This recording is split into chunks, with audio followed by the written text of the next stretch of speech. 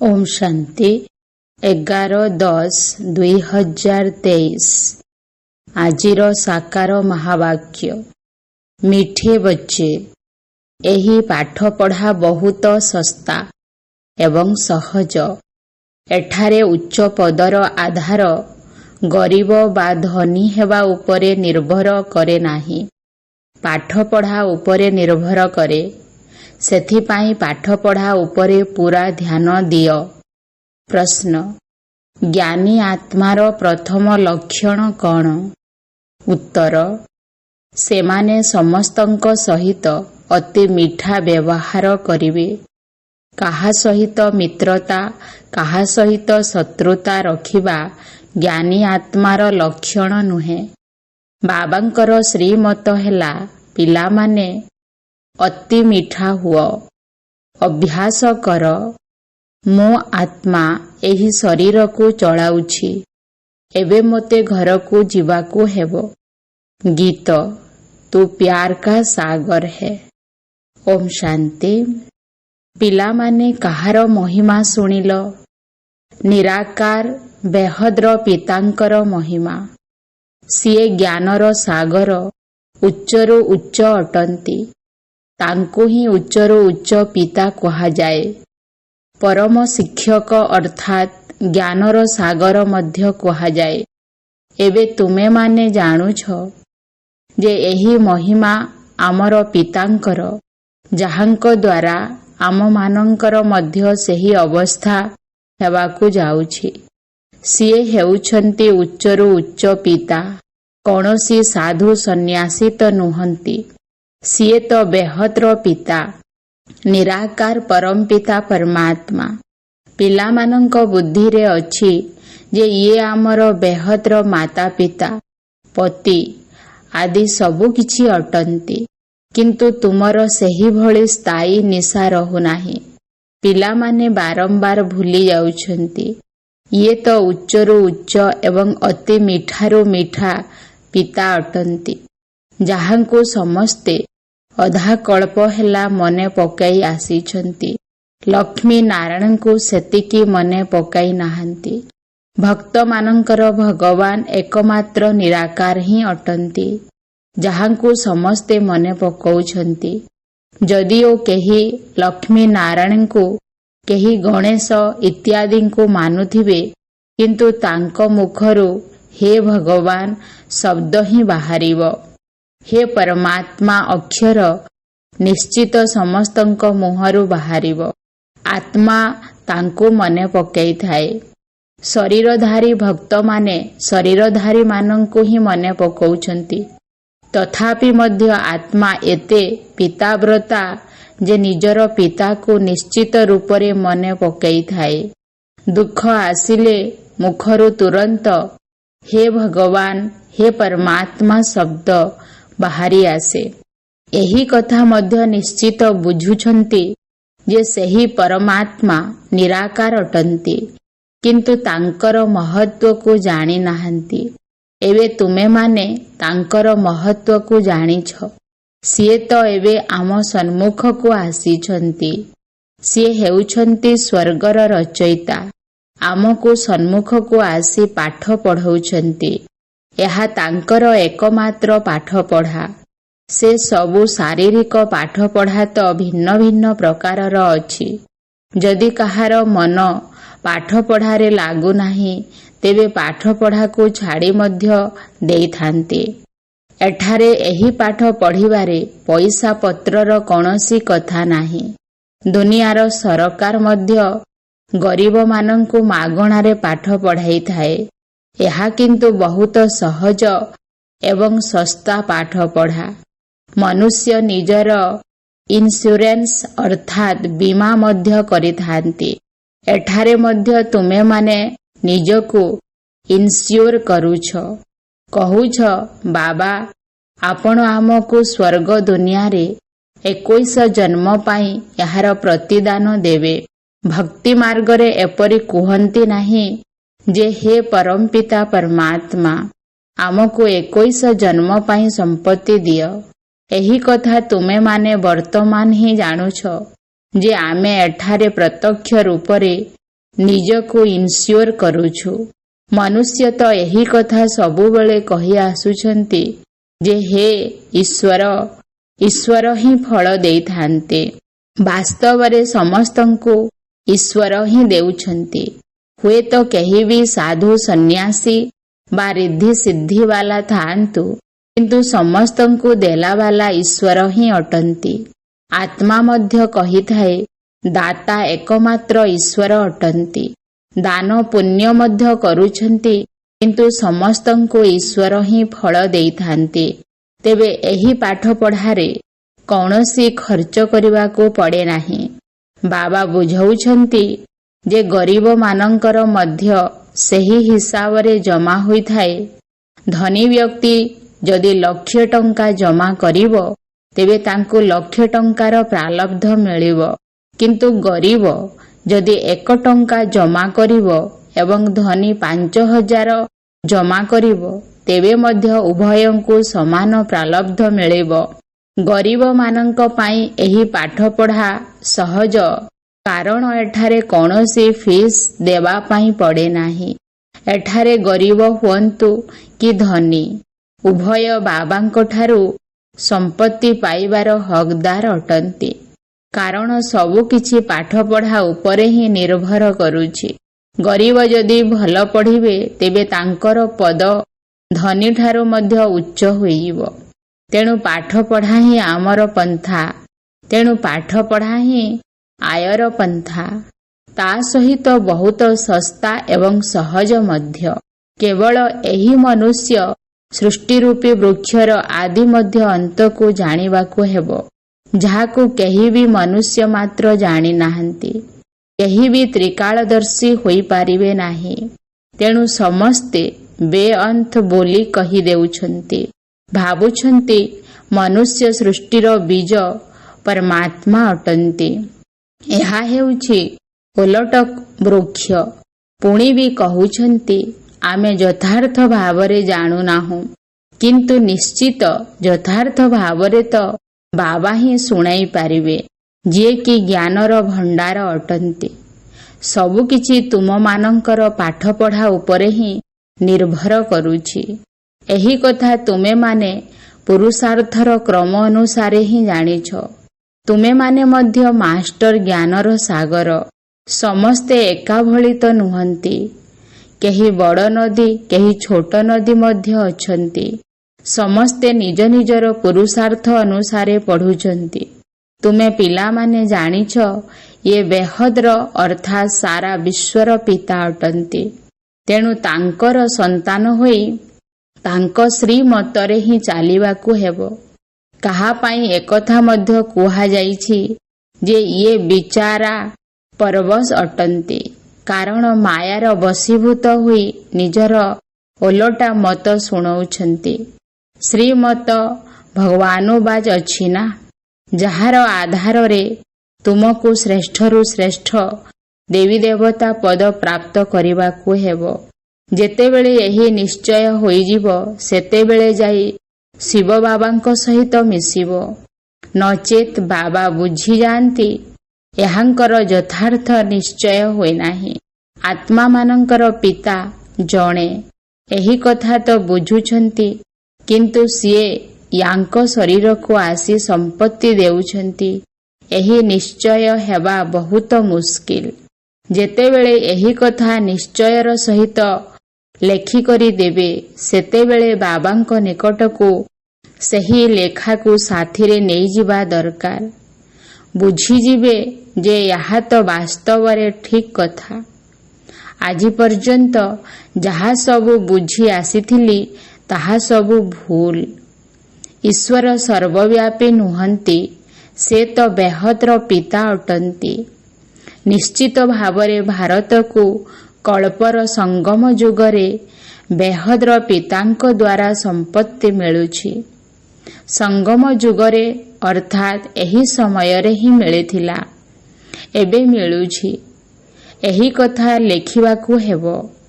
ନିଶ୍ଚିତ ଭାବରେ ବାବା ସଙ୍ଗମ ଯୁଗରେ ହିଁ ଆସୁଛନ୍ତି।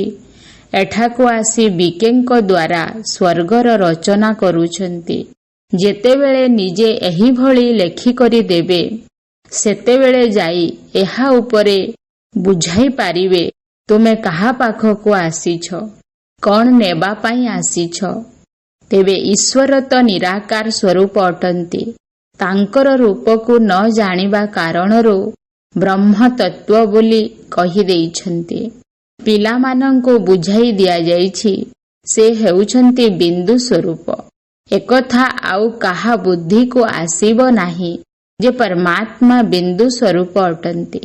ଆତ୍ମା ପାଇଁ ହିଁ କହୁଛନ୍ତି ଭ୍ରୁକୁଟି ମଝିରେ ତାରା ଚମକୁଛି। ତାହା ଏକ ଛୋଟିଆ ଜିନିଷ। ବିଚାର କରିବା ଦରକାର ଯେ ପାଟଧାରୀ କିଏ। ଏତେ ଛୋଟ ଆତ୍ମା ଭିତରେ କିପରି ଅବିନାଶୀ ପାଟ ନିର୍ଦ୍ଧାର୍ଯ୍ୟ ହୋଇ ରହିଛି। ଏହିସବୁ କଥାରେ ଯେତେବେଳେ କେହି ଗଭୀର ଭାବରେ ବୁଝିବା ପାଇଁ ଚାହିଁବେ, ସେତେବେଳେ ତାଙ୍କୁ ବୁଝାଇବାକୁ ହେବ ତୁମର ଆତ୍ମା କହୁଛି ମୁଁ 84 ଜନ୍ମ ନେଇ ସାରିଛି। ସେହି ସମସ୍ତ ଜନ୍ମର ପାଟ ଏତେ ଛୋଟ ବିନ୍ଦୁ ସ୍ୱରୂପ ଆତ୍ମା ଭିତରେ ସୁପ୍ତ ଅବସ୍ଥାରେ ରହିଛି, ଯାହାକି ପୁଣି ସମୟ ଅନୁସାରେ ପ୍ରକାଶିତ ହେଉଛି। ଏହି କଥାରେ ମନୁଷ୍ୟ ଆଶ୍ଚର୍ଯ୍ୟ ହୋଇଯିବେ, କାରଣ ଏହାକୁ କେହି ବୁଝି ନାହାନ୍ତି। ଆତ୍ମାର 84 ଜନ୍ମରେ କିପରି ପୁନରାବୃତ୍ତି ହେଉଛି, ଏହା ହେଉଛି ପୂର୍ବ ପ୍ରସ୍ତୁତ ନାଟକ। ଆତ୍ମାରେ କିପରି ପାଟ ନିର୍ଦ୍ଧାର୍ଯ୍ୟ ଅଛି, ସେ କଥା ଶୁଣିଲେ ମନୁଷ୍ୟ ଆଶ୍ଚର୍ଯ୍ୟ ହୋଇଯିବେ। ନିଶ୍ଚିତ ଭାବରେ ମୁଁ ଆତ୍ମା କଥା କହୁଛି। ମୁଁ ଆତ୍ମା ଗୋଟିଏ ଶରୀର ଛାଡ଼ି ଅନ୍ୟ ଏକ ଶରୀର ନେଉଛି। ଏହିସବୁ ପାଟ ଆତ୍ମା ଭିତରେ ନିର୍ଦ୍ଧାର୍ଯ୍ୟ ହୋଇ ରହିଛି, ଯାହାର କି ଡ୍ରାମା ଅନୁସାରେ ପୁନରାବୃତ୍ତି ହେଉଛି। ଏହିସବୁ କଥାକୁ ଦୁର୍ବଳ ବୁଦ୍ଧିବାଲା କେବେ ବି ଧାରଣ କରିପାରିବେ ନାହିଁ। ଏହି କଥାକୁ ସର୍ବଦା ସ୍ମରଣ କରିବାକୁ ହେବ ଯେ ମୁଁ 84 ଜନ୍ମର ପାଠ କରୁଛି, ଶରୀର ଧାରଣ କରୁଛି। ଯେତେବେଳେ ଏହିଭଳି ଚିନ୍ତନ ସର୍ବଦା ଚାଲୁ ରହିବ, ସେତେବେଳେ କୁହାଯିବ ଯେ ଇଏ ତ୍ରିକାଳଦର୍ଶୀ ଅଟନ୍ତି ଏବଂ ଅନ୍ୟମାନଙ୍କୁ ମଧ୍ୟ ତ୍ରିକାଳଦର୍ଶୀ କରିବା ପାଇଁ ପୁରୁଷାର୍ଥ କରୁଛନ୍ତି। ପିଲାମାନଙ୍କ ଭିତରେ ଅନ୍ୟକୁ ବୁଝାଇବା ପାଇଁ ମଧ୍ୟ ସାହସ ଦରକାର। ଅନ୍ଧମାନଙ୍କର ବାଡ଼ି ହୋଇ ସେମାନଙ୍କୁ ଅଜ୍ଞାନ ନିଦ୍ରାରୁ ଜାଗ୍ରତ କରିବାକୁ ପଡ଼ିବ। ବାବା କହୁଛନ୍ତି, ହେ ଆତ୍ମାରୂପୀ ସଜନୀମାନେ, ଜାଗ୍ରତ ହୁଅ। ଏବେ ନୂଆ ଦୁନିଆ ସ୍ଥାପନ ହେଉଛି, ପୁରୁଣା ଦୁନିଆ ବିନାଶ ହେବାକୁ ଯାଉଛି। ତୁମେ ତ୍ରିମୂର୍ତ୍ତି ବ୍ରହ୍ମା ବିଷ୍ଣୁ ଶଙ୍କରଙ୍କର ନାମ ଶୁଣିନାହଁ। ଏବେ ବ୍ରହ୍ମାଙ୍କ ଦ୍ୱାରା ସ୍ଥାପନାର କାର୍ଯ୍ୟ ଚାଲିଛି। ଏମାନେ ସମସ୍ତେ ବ୍ରହ୍ମା କୁମାର କୁମାରୀ ଅଟନ୍ତି ନା? ଏକୁଟିଆ ବ୍ରହ୍ମା ତ ସ୍ଥାପନା କରିପାରିବ ନାହିଁ। ପ୍ରଜାପିତାଙ୍କ ସାଥିରେ ନିଶ୍ଚିତ ବ୍ରହ୍ମା କୁମାର ବ୍ରହ୍ମା କୁମାରୀମାନେ ମଧ୍ୟ ଥିବେ। ବ୍ରହ୍ମାଙ୍କର ପିତା ମଧ୍ୟ ନିଶ୍ଚିତ କେହି ଥିବେ, ଯିଏକି ତାଙ୍କୁ ଶିଖାଇଥିବେ। ତାଙ୍କୁ ତ ଜ୍ଞାନର ସାଗର କୁହାଯିବ ନାହିଁ। ବ୍ରହ୍ମାଙ୍କ ହାତରେ ଶାସ୍ତ୍ର ଦେଖାଇଥାନ୍ତି, କିନ୍ତୁ ପରମ ପିତା ପରମାତ୍ମା ଏହାଙ୍କ ଶରୀରରେ ଆସି ଏହାଙ୍କ ଦ୍ୱାରା ସମସ୍ତ ବେଦ ଶାସ୍ତ୍ରର ସାର କଥା ଶୁଣାଉଛନ୍ତି। ବ୍ରହ୍ମା କୌଣସି ଶାସ୍ତ୍ର ପୁରାଣର ସାର କଥା ଶୁଣାଉନାହାନ୍ତି, କାରଣ ସିଏ ଶିଖିବେ କେଉଁଠୁ? ତାଙ୍କର କେହି ପିତା ଏବଂ ଗୁରୁ ତ ଥିବେ ନା? ପ୍ରଜାପିତା ତ ନିଶ୍ଚିତ ମନୁଷ୍ୟ ହୋଇଥିବେ ଏବଂ ଏହି ଦୁନିଆରେ ହିଁ ଥିବେ। ତେବେ ସିଏ ହେଉଛନ୍ତି ପ୍ରଜାମାନଙ୍କର ରଚୟିତା। ତାଙ୍କୁ ସୃଷ୍ଟିର ରଚୟିତା ଜ୍ଞାନର ସାଗର କୁହାଯିବ ନାହିଁ। ଜ୍ଞାନର ସାଗର ତ ପରମ ପିତା ପରମାତ୍ମା ହିଁ ଅଟନ୍ତି। ସିଏ ଆସି ପ୍ରଜାପିତା ବ୍ରହ୍ମାଙ୍କ ଦ୍ୱାରା ପାଠ ପଢ଼ାଉଛନ୍ତି। ଏହାକୁ ହିଁ ଜ୍ଞାନର କଳସ କୁହାଯାଉଛି। ଏଠାରେ ସବୁ କିଛି ଜ୍ଞାନକୁ ଧାରଣ କରିବା ଉପରେ ନିର୍ଭର କରୁଛି। ତୁମେ ଈଶ୍ୱରୀୟ ସେବାରେ କର କି ନ କର, ଏହା ତୁମ ଉପରେ ନିର୍ଭର କରୁଛି। ବାବା ତ ବହୁତ ଭଲ ଭାବରେ ଇନସ୍ୟୋର କରୁଛନ୍ତି, ଅର୍ଥାତ୍ ଜନ୍ମ ଜନ୍ମର ପ୍ରାରବ୍ଧ ଜମା କରାଉଛନ୍ତି। କାରଣ ସିଏ ଇନ୍ସୁରାନ୍ସ ମ୍ୟାଗ୍ନେଟ୍ ଅଟନ୍ତି। ବୀମା ରାଶିକୁ ଫେରସ୍ତ କରନ୍ତି। ଭକ୍ତି ମାର୍ଗରେ ମଧ୍ୟ ଏବଂ ଜ୍ଞାନ ମାର୍ଗରେ ମଧ୍ୟ। ବାବାଙ୍କୁ ତ ସବୁ ଆତ୍ମା ଭକ୍ତି ମାର୍ଗରେ ମନେ ପକାଉଛନ୍ତି। ବାବା ଏଠାକୁ ଆସି ଆମକୁ ଦୁଃଖରୁ ମୁକ୍ତ କର। ବାବା ତ ସମ୍ପତ୍ତି ଦେବେ। ଶାନ୍ତିଧାମକୁ ହେଉ କିମ୍ବା ସୁଖଧାମକୁ ହେଉ ପଠାଇ ଦେବେ। ଯେଉଁମାନଙ୍କୁ ଶାନ୍ତିର ସମ୍ପତ୍ତି ମିଳିବାର ଅଛି ସେମାନେ କଳ୍ପକଳ୍ପ ଶାନ୍ତିଧାମକୁ ଯିବାର ସମ୍ପତ୍ତି ନେବେ। ତୁମେମାନେ ଏବେ ସୁଖଧାମର ସମ୍ପତ୍ତି ପାଇବା ପାଇଁ ପୁରୁଷାର୍ଥ କରୁଛ। ଏଥିରେ ଭଲ ଭାବରେ ପାଠ ପଢ଼ିବାକୁ ହେବ ଏବଂ ପଢ଼ାଇବାକୁ ହେବ। ଯେପରି ବାବା ମିଠାରୁ ମିଠା, ସେହିପରି ତାଙ୍କର ରଚନା ମଧ୍ୟ ମିଠାରୁ ମିଠା। ସ୍ୱର୍ଗ କେତେ ମିଠା।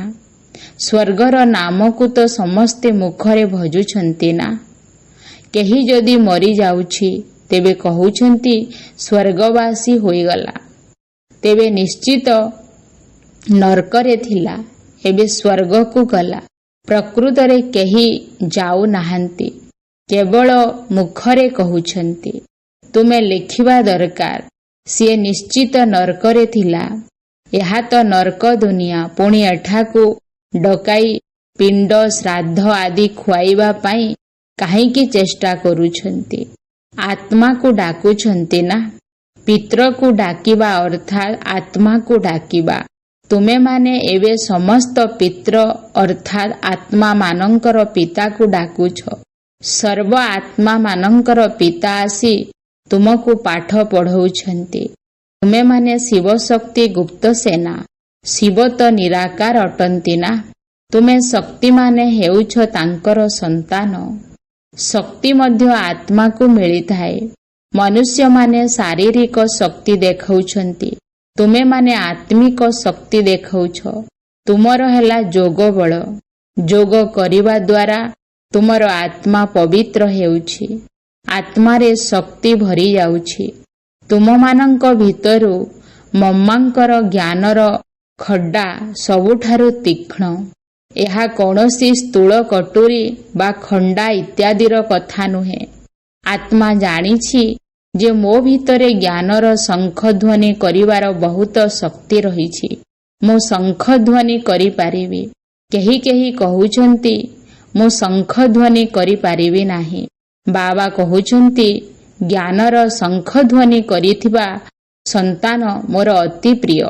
ମୋର ପରିଚୟ ମଧ୍ୟ ଜ୍ଞାନ ଦ୍ୱାରା ଦେବ ନା। ବେହଦ୍ର ବାବାଙ୍କୁ ମନେ ପକାଅ ବୋଲି କହିବା ମଧ୍ୟ ଜ୍ଞାନ ଦେବା ହେଲା ନା। ବାବାଙ୍କୁ ମନେ ପକାଇବାକୁ ହେବ। ଏଥିରେ ମୁଖ ଦ୍ୱାରା କିଛି ବି କହିବାର ଆବଶ୍ୟକତା ନାହିଁ। ଭିତରେ ଭିତରେ ଭାବିବା ପାଇଁ ହେବ। ବାବା ଆମକୁ ଜ୍ଞାନ ଦେଉଛନ୍ତି। ବାବା କହୁଛନ୍ତି ତୁମକୁ ଏବେ ଫେରିବା ପାଇଁ ହେବ। ତେଣୁ ମୋତେ ମନେ ପକାଅ, ଯାହାଦ୍ୱାରା ତୁମର ବିକର୍ମ ବିନାଶ ହେବ। ଭଗବାନୁବାଚ ମନ୍ମନା ଭବ। ତେବେ ନିଶ୍ଚିତ ସିଏ ନିରାକାର ହୋଇଥିବେ ନା। ସାକାର ଦେହଧାରୀ କିପରି କହିବେ ମୋତେ ମନେ ପକାଅ? ନିରାକାର ହିଁ କହୁଛନ୍ତି ହେ ଆତ୍ମାମାନେ ମୋତେ ମନେ ପକାଅ। ମୁଁ ତୁମର ପିତା। ଯଦି ମୋତେ ମନେ ପକାଇବ ତେବେ ତୁମର ଅନ୍ତିମ ମତି ଅନୁସାରେ ପରବର୍ତ୍ତୀ ଗତି ହେବ। କୃଷ୍ଣ ତ ଏପରି କହିପାରିବେ ନାହିଁ। ସିଏ ତ ମନୁଷ୍ୟ ଅଟନ୍ତି ନା। ତୁମେ ଆତ୍ମାମାନେ ଏହି ଶରୀର ଦ୍ୱାରା କହୁଛ ଯେ ହେ ଜୀବାତ୍ମା ନିଜର ପିତାଙ୍କୁ ମନେ ପକାଅ। ବାବା ମଧ୍ୟ ଆତ୍ମାମାନଙ୍କୁ କହୁଛନ୍ତି ମନ୍ମନା ଭବ। ତୁମ ଆତ୍ମାମାନଙ୍କୁ ମୋ ପାଖକୁ ହିଁ ଆସିବାକୁ ହେବ। ସେଥିପାଇଁ ଦେହୀ ଅର୍ଥାତ୍ ଆତ୍ମ ଅଭିମାନୀ ହେବାକୁ ପଡ଼ିବ। ତେବେ ଭଲ ଭାବରେ ଅଭ୍ୟାସ କରିବାକୁ ହେବ ଯେ ମୁଁ ଆତ୍ମା ଏହି ଶରୀରକୁ ଚଳାଉଛି। ଏବେ ମୋତେ ବାବାଙ୍କ ନିକଟକୁ ଫେରିଯିବାକୁ ହେବ। ବାବା କହୁଛନ୍ତି ଚାଲିବା, ବୁଲିବା, ଉଠିବା, ବସିବା ସମୟରେ ମୋତେ ମନେ ପକାଅ। ଯେଉଁମାନେ ଅଶାନ୍ତି ସୃଷ୍ଟି କରୁଛନ୍ତି ସେମାନେ ନିଜର ପଦକୁ ଭ୍ରଷ୍ଟ କରୁଛନ୍ତି। ଏଥିରେ ତ ବହୁତ ବହୁତ ମିଠା ହେବାକୁ ପଡ଼ିବ। ଗୋଟିଏ ଗୀତ ମଧ୍ୟ ଅଛି ନା, कितना मीठा कितना प्यारा। शिव भोला भगवान, तुमे माने मध्य तांकर संतान भोला अट। समस्तंको अति सुंदर रास्ता देखाउछ एवं कहूछ बाबांकु मने पकाओ, तेबे स्वर्गर मालिक होइजिवो। आउ केही एभଳି सौदा करि पारिबे नाही। तेणु बाबांकु बहुत बहुत मने पकेइबा दरकार। जाहांको ठारू एते सुख मिलुछि तांकु ही समस्ते डाकुछन्ति, हे पतित पावन आस। आत्मा माने पतित होई जाइछन्ति एवं ता सहित शरीर मध्य पतित होई जाइछि। आत्मा एवं शरीर उभय पतित होई जाइछि। सेमाने तो आत्मा को निर्लेप अर्थात समस्त प्रभावरु मुक्त बोली कहि देउछन्ति। कहूछन्ति आत्मा केवे पतित होई पारिब नाही, किंतु ना, एकमात्र परम पिता परमात्मांक भितरे केवे हेले अपवित्रतार खाद मिसी पारिब नाही। बाकी समस्तंक भितरे तो खाद निश्चित मिसिब। प्रत्येक आत्मा को सोतो रोजो तोमो अवस्थारे आसिबाकु ही हेबो। तेबे एही सबु ज्ञान को धारण करी बहुत मीठा हेबाकु पड़िबो। एमिति नुहे जे काहा सहित शत्रुता काहा सहित मित्रता रखिबो। बाकी देह अभिमानर वशवर्ती होई एइठी रही काहाठारु सेवा बा सहयोग नेबा तो संपूर्ण भूल कथा। अच्छा, मिठा मिठा शिखिलधे संतान मानंक प्रति माता पिता बाप दादांकर मधुर स्नेहभरा स्मृति एवं सुप्रभात। आत्मिक पितांकर आत्मिक संतान मानंको नमस्ते। धारणा पाई मुख्य सारांश। 1 नंबर, ज्ञान को स्मरण करी निजे त्रिकालदर्शी हेबा सहित अन्य को मध्य करिवाकु हेबो। अंध मानंकर सहारा होई सेमानंको अज्ञान निद्रारु जाग्रत करिवाकु हेबो। 2 नंबर, 21 जन्म पाई निजर सबु किछि इन्स्योर अर्थात बीमाभुक्त करिवाकु हेबो।